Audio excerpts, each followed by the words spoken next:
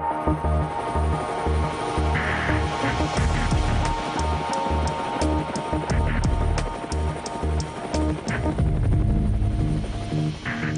all marvel over the ancient pyramids of Egypt, the mysterious sculptures of Stonehenge, and the majestic hanging gardens of Babylon. And the chronology of these archaic civilizations is firmly established within academic circles and cemented in history books. So you can imagine how suggesting an alternative view of this history would render you a heretic in academia. But going against the grain doesn't necessarily mean you're incorrect. Which brings me to my next guest, Graham Hancock. He's a prolific best-selling author and one of the world's leading experts on the study of ancient civilizations. He provides a very compelling perspective on the true origins of modern man. Earlier, I spoke to Hancock about his groundbreaking research, and I first asked him how he thinks the fields of archaeology and history have sanitized the past. First of all, let me say I don't think it's any kind of conspiracy. I think that we have a large number of dedicated, hard-working, committed, scientific professionals working in the field of archaeology. They feel they know what they're doing, like all scientists down through the ages. They have a reference frame that they work through. That reference frame becomes their definition of reality, and they find it very difficult to accept alternative points of view. I think it's as simple as that. I think that you can look at archaeology in terms of the history of science and see that science has often resisted new ideas and fought bitterly to prevent them coming on board. And sometimes those new ideas don't deserve to come on board, but sometimes they do, and this is the way that ideas progress. Gradually, new information will come out, and if a new idea is worthy, it will be supported by that new information. Graham, what's a more modern-day example of a theory once considered outrageous that turned out to be factually supported by evidence? Well, for example, continental drift, which everybody is familiar with today, and which we regard as a fact that the continents move around, and you can even see the jigsaw puzzle on the globe of the Earth. But when Alfred Wegener proposed the theory of plate tectonics, continental drift, back in the early 1900s, around about 1918, 1920, I believe, he was ridiculed, humiliated, accused of being a madman. The idea was seen to be patently absurd, and another 30 years passed before the idea was accepted. And now, of course, we all regard it as plain fact and obvious. But that poor individual had to go through really a humiliating public pillory because he was proposing an idea that turned out to be completely correct. Amazing. You've also said that there's a, quote, mother culture from which all ancient historical civilizations sprang from. Can you explain what that concept entails? Well, again, let me be clear. I am proposing an idea for discussion. I'm not claiming that I am in possession of some indisputable fact. I think we should consider the possibility of a forgotten episode in human history. I think we should consider the possibility that our picture of history and prehistory may not be complete, and that cataclysmic events have occurred. We know that cataclysmic events occur. They're part of the life of the Earth. The cataclysmic events have occurred on such a scale that they could have wiped out all traces of a great civilization of the past. Now, of course, academic historians and archaeologists do a kind of belly laugh whenever one mentions the word Atlantis. But let's not forget that Atlantis comes down to us, the oldest surviving reference to Atlantis comes down to us from the Greek philosopher Plato.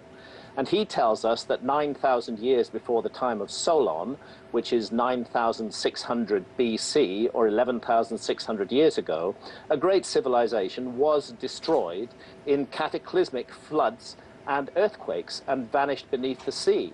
And he said that the disaster was so complete that humanity was obliged to begin again like children with no memory of what went before. Now, it just so happens that Plato's date, 11,600 years ago, 9,600 BC in our calendar, Plato's date fits exactly with an episode called the Younger Dryas, which geologists recognize, which did culminate in dramatic flooding and earthquakes. And it's really odd, if Plato made the whole thing up, that he managed to pick a date that fits perfectly with modern geological understanding of cataclysmic events at the end of the last ice age. Now, the suggestion is that Atlantis by any other name, by the way, you need to know that the story of Atlantis comes to us from Plato, but there's an identical story in India, for example. In fact, this story is repeated with different names all around the world.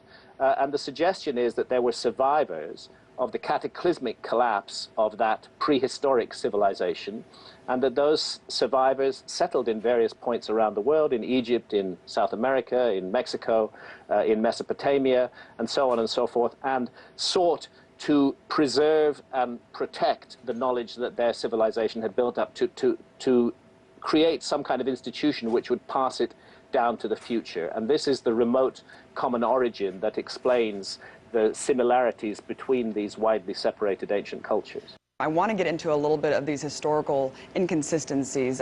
What is the earliest account of longitude and astronomical mapping that modern science claims couldn't have existed before the 18th century or so?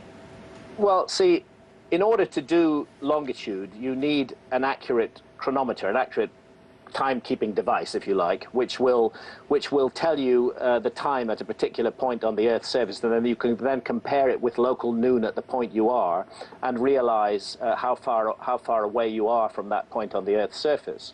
And we did not have chronometers that were capable of keeping accurate time on ships until the late 1700s.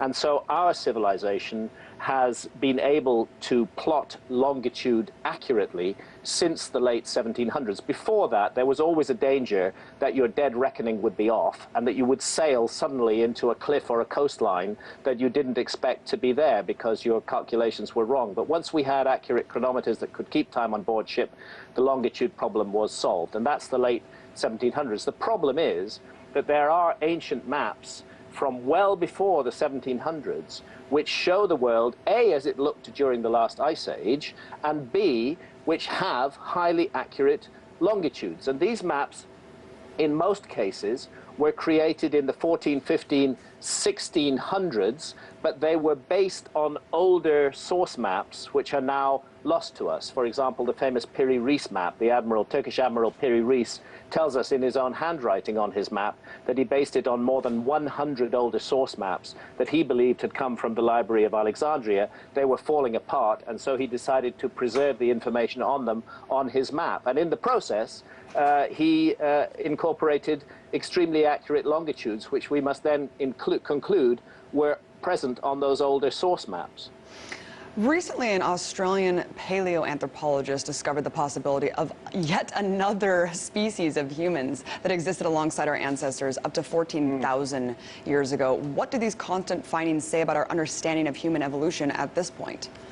I think what they say more generally about our understanding of the past is that our picture of the past is very incomplete. I mean, we've been going along for the last 50 or 60 or more years thinking that, yes, there was Neanderthal man, and also there was Homo sapiens sapiens, our own species, and that was it. And Neanderthal man became extinct, what, 30, 35, perhaps 25,000 years ago, and then we were the only human species on the planet. But within the last few years, we've had the discovery of Homo floresiensis from the island of Flores in Indonesia, and also the so-called red deer people in China, both of whom were a distinct, different species of human, and both of whom survived until about 12,000 years ago. So this tells us that we really can't claim to have, perhaps ever, to have a complete picture of the past, and that means that we should at least keep a small fragment of our minds open to extraordinary possibilities in the past. And one of those extraordinary possibilities, the one that I've concerned myself with, is the possibility of a great lost civilization, which is memorialized in myths and traditions all around the world. And of course, you've talked extensively about Stonehenge, the Great Pyramids, how all of these things kind of point to that theory, Graham. I want to get into your TED Talk last year called The War on Consciousness that was pulled off YouTube. On the TEDx blog, it says, "We didn't censor you." But were you surprised that your wildly popular talk was pulled? And what does this say about the institution of TED, which is portrayed as this beacon of free academic thought? It was a great disappointment for me because I had the highest opinion of TED prior to this.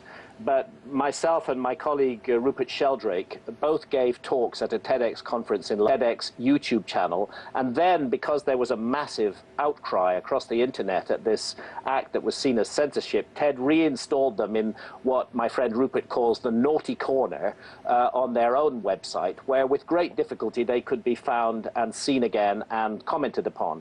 Now, the reason that TED gave for pulling our talks, they said it was because our talks were not in accord with mainstream science. But every single reason that they gave for saying that, they subsequently had to delete. And if you go to the relevant website now... Fascinating thing that I found out today looking through your Twitter feed, new research suggests that phobias and memories may be passed down through genetic switches, allowing offspring to actually inherit experience. I mean, do you think this kind of groundbreaking research, what does it tell us about the naivete when it comes to our understanding of what consciousness really is? It tells us what we really should know already, that consciousness is the greatest mystery of science, and that it is perhaps the scientific mystery that we most urgently need to solve. And we have at our disposal an array of natural substances called the psychedelics, which allow us to switch on and off altered states of consciousness at will, which are a superb devices for exploring the mystery of consciousness. And yet, for ideological reasons, and these reasons are totally ideological, the justification for them simply does not exist, for ideological reasons, we are prevented from doing so. And this is a cover for all sorts of other restrictions and controls on the freedom of the adult over his or her own body and over his or her own consciousness. Unfortunately, healthcare is constantly wheeled out as a reason to remove our sovereignty from us. And the trend of freedom in Western societies should be towards increased individual sovereignty rather than decreased individual sovereignty. Graham Hancock, absolutely incredible. I mean, people can watch you for hours and definitely have their consciousness expanded quite a bit. Where can people find out more about your work? GrahamHancock.com on the internet, and my Facebook account as well is very active, and I spend a lot of time talking there, and that is author.GrahamHancock. Thank you so much for taking the time out today, Graham, to shed a little bit of insight into the world. Graham Hancock, author, philosopher, really appreciate it. Thank you.